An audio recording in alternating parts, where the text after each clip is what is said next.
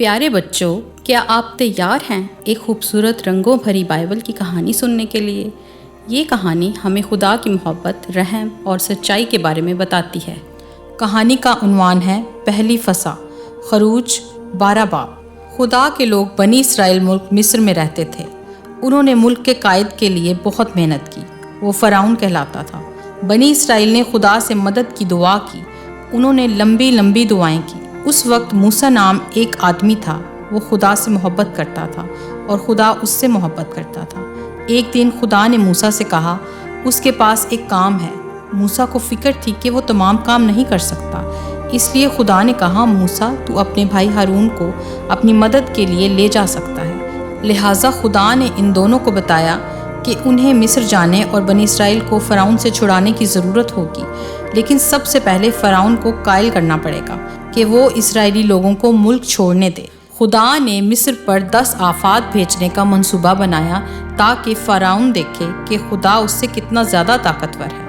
خدا نے موسیٰ اور ہارون سے کہا کہ فرعون کو ان میں سے ہر ایک آفت کے بارے میں خبردار کریں، لیکن فرعون بہت ضدی تھا اور اس نے بنی اسرائیل کو جانے کی اجازت نہ دی۔ پہلی آفت، ملک کا پانی خون میں بدل گیا۔ یہ ہر جگہ پر ہوا، صاف پانی کہیں نہیں تھا۔ دوسری آفت مینڈکوں کو لے کر آئی۔ بہت سارے مینڈک تھے، گھروں میں مینڈک، بستروں میں مینڈک۔ مینڈکوں نے لوگوں کی طرح سڑکوں پر چلنے کی کوشش کی۔ تیسری آفت جوئیں تھیں۔ چوتھی آفت مکھی تھی۔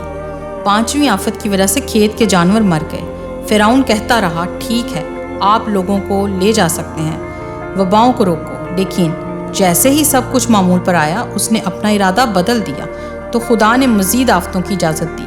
چھٹی آفت کی بیماری، تمام لوگوں کے جسموں پر زخم تھے۔ ساتویں آفت اولے تھے، برف کے بڑے بڑے گولے آسمان سے گر رہے تھے۔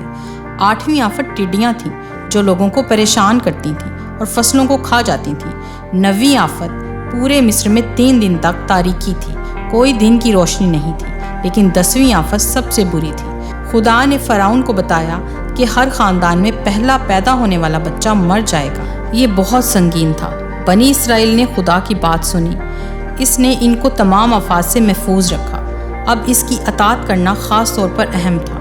اس نے ان سے کہا کہ ایک کامل برہ کی قربانی دیں اور ان کے گھر کے دروازے پر بھیڑ کے بچے کا خون لگائیں۔ اس رات جب موت کا فرشتہ ملک کے اوپر سے گزرے تو کسی گھر پر خون دیکھے تو اس گھر کے اوپر سے گزر جائے، تو اندر موجود سب لوگ محفوظ رہیں، کوئی بچہ نہیں مرے گا۔ اسی لیے اسے فصح کہا جاتا ہے۔ وہ رات آئی جب موت کا فرشتہ گزر رہا تھا۔ بہت سے بچے مر گئے، حتیٰ کہ فرعون کا بیٹا بھی، لیکن بنی اسرائیل نے خدا کی اطاعت کی اور ان کے تمام بچے محفوظ رہے۔ آخر کار فرعون کو خدا کی قدرت کا یقین ہو گیا اور اس نے بنی اسرائیل کو جانے دیا۔ یہ پہلی فصح تھی۔ خدا نے بنی اسرائیل سے کہا کہ اس رات کو ہمیشہ یاد رکھیں۔ آج بھی ہم اس خاص وقت کو یاد کرتے اور مناتے ہیں جب خدا نے اپنے لوگوں کو نجات دی۔